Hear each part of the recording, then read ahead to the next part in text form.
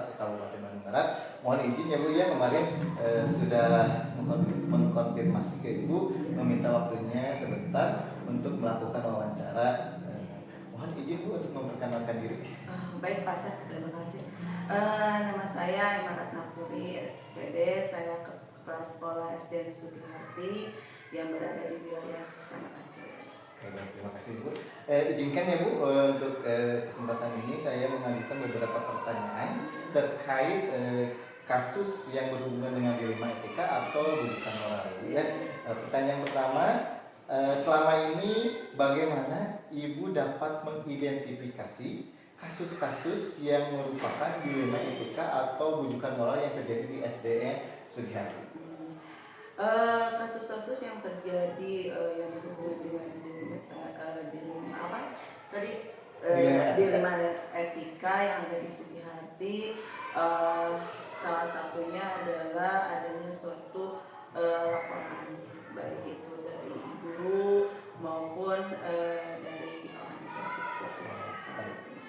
Itu ya, jadi berdasarkan laporan terlebih dahulu ya. Kemudian Ibu ditindaklanjuti oleh saya. Nah, dalam melakukan tindak lanjut itu Bu, bagaimana Ibu menjalankan pengambilan keputusan di sekolah Ibu, terutama untuk kasus-kasus di mana ada dua kepentingan yang sama ya Bu ya. Nah, jadi misalnya dua keputusan ini benar semua gitu. Nah, ini bagaimana Ibu menjalankan pengambilan keputusan yang akan Ibu laksanakan? Yang saya lakukan pertama kali otomatis yaitu mengidentifikasi masalah yang sebenarnya. Setelah itu saya mengkonfirmasi kepada guru yang ada di sekolah apa permasalahannya, apa permasalahan yang memang krusial terhadap apa permasalahan itu. Setelah itu kami meminta pendapat dari semua guru mana yang paling baik menurut sekolah, yaitu salah satunya untuk kepentingan siswa tersebut atau kebaikan siswa tersebut tanpa merugikan dua belah pihak. Oke, jadi kalau misalnya ada yang kepentingan yang sama-sama benar ini, Ibu lebih tadi mengutamakan kepada siswa yang memang itu lebih prioritas untuk masa depan. Oke, baik, terima kasih Bu ya. Kemudian langkah-langkah atau prosedur apa yang akan Ibu laksanakan atau yang sudah biasa Ibu laksanakan di sekolah ini? Prosedur yang saya lakukan untuk berhubungan dengan etika tersebut, yaitu salah satunya saya selalu melakukan suatu koordinasi atau diskusi dengan guru. Setelah itu membuka gagasan atau ide dari semua pihak mana yang memang baik dan semuanya diputuskan sesuai dengan kesepakatan bersama. Wah, keren sekali Ibu ya dalam melakukan prosedur yang Ibu laksanakan di sekolah ini. Kemudian hal-hal apa yang selama ini Ibu anggap sudah efektif dalam melakukan pengambilan keputusan pada kasus-kasus dilema etika? Alhamdulillah, salah satu yang merasa saya efektif yaitu ketika saya mengambil suatu keputusan setelah di sekolah itu sudah sepakat, maka saya berkoordinasi dengan orang tua. Itu salah satu yang sangat menurut saya berhasil ketika saya bisa berkomunikasi dengan orang tua, sharing apa yang baik untuk anaknya atau seperti apa, itu malah lebih bisa memberikan suatu komunikasi interaktif antara orang tua dan sekolah. Oke, jadi berarti kalau yang menurut Ibu yang sudah efektif itu adalah sudah terjalinnya kolaborasi dengan orang tua, salah satunya Ibu ya. Oke. Kemudian hal-hal apa saja Bu yang selama ini menjadi tantangan ketika Ibu melakukan pengambilan keputusan pada kasus-kasus dilema etika? Yang faktor utama yang menjadi suatu tantangan besar ataupun tantangan yang agak lebih menantang bagi saya, yaitu pertama memang dari segi dari segi ide atau pendapat dari guru, yang mana guru yang ini menganggap ini betul dan yang satu lagi betul. Makanya setelah itu, setelah berkoordinasi, maka yang paling penting adalah mencari titik temu mana yang memang dari kedua belah pihak ini bisa diambil dua-duanya ide tersebut, diambil sejalan tengah. Yang kedua yaitu berkomunikasi dengan orang tua, yang mana memang orang tuanya itu bisa diajak bekerja sama ataupun tidak. Itu membutuhkan istilahnya kerja keras sekolah untuk memberikan suatu pemahaman, penjelasan yang secara real dan terperinci, seperti itu. Keren sekali ya Bu ya, itu Ibu hal-hal yang Ibu merasa tertantang di dalam pengambilan keputusannya sudah dijelaskan secara rinci sekali ya Bu ya. Nah, kalau menurut Ibu sendiri, apakah Ibu sudah memiliki jadwal yang tertentu atau jadwal khusus dalam menyelesaikan sebuah kasus dilema etika, atau misalnya Ibu langsung saja menyelesaikan pada hari itu Bu? Ya, ketika saya mendapatkan suatu laporan dari guru, maka saya secara cepat responsif terhadap permasalahan tersebut. Karena memang bagi saya permasalahan-permasalahan yang berhubungan dengan siswa dan berhubungan dengan orang tua itu adalah permasalahan yang harus secepatnya diselesaikan. Karena tidak menutup kemungkinan permasalahan-permasalahan yang menyangkut dengan siswa dan orang tua itu akan secara cepat berkembang di masyarakat khususnya. Oleh karena itu permasalahan itu harus diselesaikan, bisa dilaksanakan atau dibereskan pada waktu itu, ataupun ada jadwal-jadwal yang mengikuti setelahnya. Jadi memang program untuk menyelesaikan masalah itu ada, tetapi kita disesuaikan dengan situasi dan kondisi. Berarti sesuai situasional ya Bu ya. Oke, baik, terima kasih ya Bu ya. Kemudian ini dalam menyelesaikan kasus tersebut Bu, apakah ada seseorang atau faktor-faktor apa yang selama ini dapat mempermudah atau membantu Ibu dalam melakukan pengambilan keputusan? Ya, salah satu yang membuat saya lebih mudah mengambil keputusan yaitu salah satunya adalah kekompakan dari semua guru yang ada stakeholder di sini, juga ada koordinasi dengan komite sekolah. Jadi kami memang ketika ada permasalahan yang nyangkut dengan masyarakat atau orang tua, maka kami akan menggandeng komite sekolah sebagai mitra untuk menyelesaikan permasalahan tersebut. Oke ya Bu ya. Jadi secara holistik ya Bu ya, yang menurut baik Bu. Nah, sekarang Bu yang pertanyaan terakhir ya Bu ya. Nah, dari semua hal tadi dari awal sampai akhir ya Bu yang telah Ibu sampaikan, nah menurut Ibu pembelajaran apa yang dapat Ibu petik dari pengalaman Ibu sendiri ketika mengambil keputusan terkait dilema etika? Pembelajaran yang saya ambil dari segala rentetan permasalahan yang ada di sekolah adalah salah satunya kita harus mengambil suatu kebijakan yang memang kebijakan itu harus adil. Artinya adil itu tidak istilahnya tidak memberatkan salah satu. Yang kedua, dengan ada permasalahan itu kami menjadi suatu istilah sekolah merasa istilahnya bertanggung jawab atas hal tersebut. Yang ketiganya yaitu kita bisa lebih intens lagi berkomunikasi dengan siswa dan menjalin silaturahmi yang baik dengan komite dan orang tua, seperti itu. Oke, terima kasih ya Bu ya atas wawancara hari ini, sangat inspiratif sekali. Dari jawaban-jawaban dari pengambilan keputusan yang dalam mengatasi dilema etika yang terjadi di sekolah SD Sugiharto ini. Mudah-mudahan apa yang Ibu utarakan barusan dapat menjadi inspirasi bagi rekan-rekan kepala sekolah yang lain. Saya ucapkan terima kasih atas waktunya Bu. Saya tutup dengan akhirul kalam. Wassalamualaikum warahmatullahi wabarakatuh.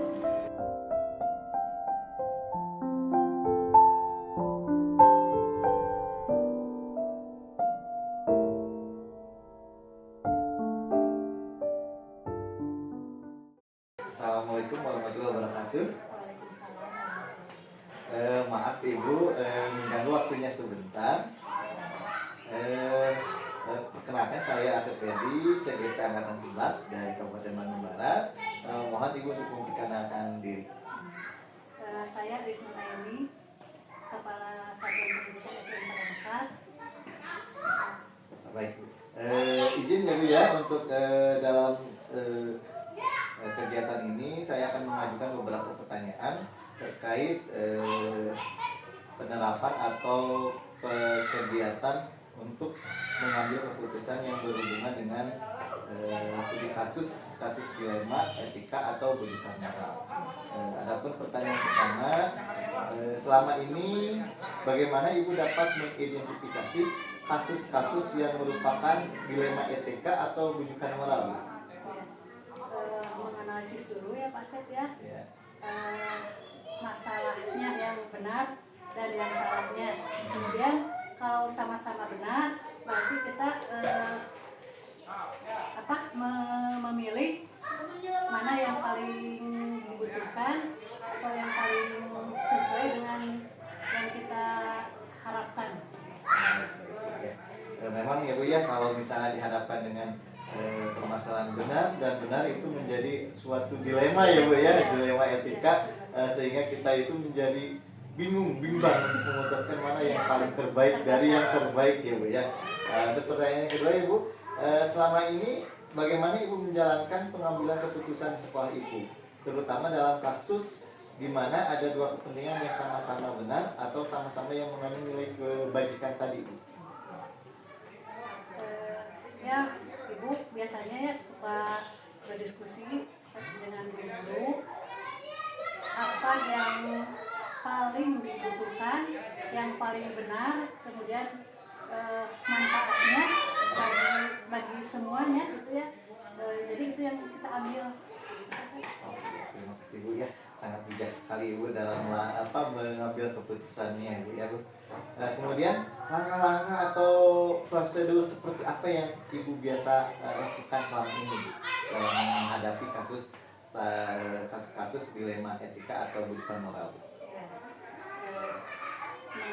Perbandingannya? Langkah-langkahnya, Langkah-langkahnya. prosedurnya. Ya, langkah-langkahnya. Biasanya Ibu akan menilai dulu atau apa istilahnya? Membandingkan antara kasus yang satu dengan kasus yang lain, kemudian kita ambil mana kasus yang paling kita perlukan atau apa namanya Pak? Korelasinya mungkin ya Bu ya? Ya, korelasinya gitu dengan kepentingan kita, mana yang paling bermanfaat seperti kata Ibu tadi. Jadi kemudian kita diskusikan lagi, kesepakatan bersama mana yang lebih baik kita ambil untuk untuk mengambil keputusannya ya Bu ya? Iya, mengambil keputusannya. Jadi mana yang paling bermanfaat gitu. Oh berarti keren sekali ya Bu, sangat menginspirasi Ibu. Itu langkah-langkah prosedur yang Ibu ambil dalam mengambil sebuah keputusan dalam menghadapi kasus dilema etika itu ya Bu. Kemudian kalau menurut Ibu, hal-hal apa saja yang selama ini Ibu anggap efektif dalam pengambilan keputusan pada kasus-kasus dilema etika itu tersebut? Hal-halnya? Iya, yang efektif gitu Bu. Jadi hal yang efektif yang sudah Ibu laksanakan gitu. Ya, hal-halnya seperti yang tadi ya, kita menilai dulu permasalahannya, apa yang kita sepakati. Misalnya kalau dalam lingkungan sekolah ya, misalnya kegiatan di sekolah, masalah-masalah yang di sekolah dengan anak-anak, misalnya guru-guru dengan anak-anak ya, ada masalah yang mana yang akan kita ambil, kemudian kita pilih-pilih lagi seperti tadi yang paling bermanfaat aja diambilnya. Berarti Ibu yang pokok yang dari pengambilan keputusan Ibu adalah yang paling berpihak pada peserta didik ya. Oh, baik ya. Kemudian Ibu, hal-hal apa saja yang selama ini yang menjadi tantangan Bu, yang menjadi hambatan tantangan atau hambatan dalam pengambilan keputusan pada kasus-kasus dilema etika yang terjadi di sekolah Ibu? Yaitu antara gini ya Pak Sep, antara kenyataan dengan hati nurani gitu ya. Kita harus pilih yang mana, apa kenyataannya atau menurut hati kita. Kan sebagai pendidik ya, jadi kita merasa sayang kepada anak didik atau anak buah gitu. Jadi ibu juga suka kadang-kadang bingung ya antara kenyataannya seperti ini, kemudian menurut hati kasihan kalau begini kan gitu, suka gitu ya. Jadi mungkin ya Bu ya, kalau saya amati mungkin ya Bu ya, kalau misalnya kejadian-kejadian di kasus dilema yang terjadi sekali itu, ketika menghadapi Ibu bingung antara menerapkan aturan yang berlaku dengan kepedulian kita gitu. Kita sebagai ya seorang orang tua lah gitu kan. Iya. Seorang orang tua, hati nurani manusia pasti punya kasih sayang gitu ya, antara kenyataan dan kasih sayang gitu. Oke. Nah, kalau menghadapi seperti itu Bu, apa yang akan Ibu lakukan? Apakah Ibu membuat jadwal tertentu untuk menyelesaikan dilema etika tersebut, atau langsung saja Ibu menyelesaikannya Bu? Ya tergantung kasusnya. Kadang-kadang kita kalau yang tidak terlalu berat mungkin langsung diputuskan. Kalau misalnya butuh pertimbangan pasti ya nanti gitu, butuh waktu gitu. Oh gitu. Jadi kalau dinanti-nantikan mungkin dalam artian Ibu berdiskusi dengan semua stakeholder gitu. Iya. Oh, baik. Nah, kalau menurut Ibu dalam menentukan tadi memutuskan menghadapi kasus dilema etika tersebut, apakah ada seseorang atau faktor-faktor apa yang selama ini dapat mempermudah atau membantu Ibu dalam mengambil keputusan dalam kasus tersebut Bu? Faktor-faktornya mungkin ya ada juga ya faktor pertimbangan kita seperti apa gitu. Kemudian yang membantu juga banyak, mungkin guru-guru di sekolah gitu ya, bisa sharing atau memberikan pendapatnya. Kalau yang masuk akal yang bisa diterima, kenapa tidak? Jadi Ibu istilahnya bersikap terbuka ya Bu, dengan berkolaborasi dengan semua guru-guru yang ada di sini dalam menentukan kasus dilema etika tersebut. Karena kan kita tidak bisa bekerja sendiri juga kalau tidak ada dukungan dari rekan-rekan semua gitu. Keren sekali Bu ya, dalam sangat inspiratif itu buat pengalaman nanti dipetik buat pengalaman saya Bu dalam melakukan pengambilan keputusan yang Ibu telah laksanakan sekarang. Yang terakhir Bu nih, dari tadi Bu, dari apa yang Ibu telah sampaikan dari awal sampai akhir.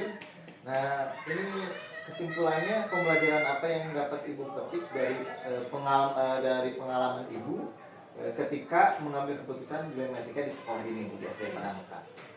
Begini, kalau menurut pengalaman Ibu ya, dalam mengambil keputusan kita itu tidak bisa bekerja sendiri ya Pak Sep, tapi membutuhkan rekan-rekan kita.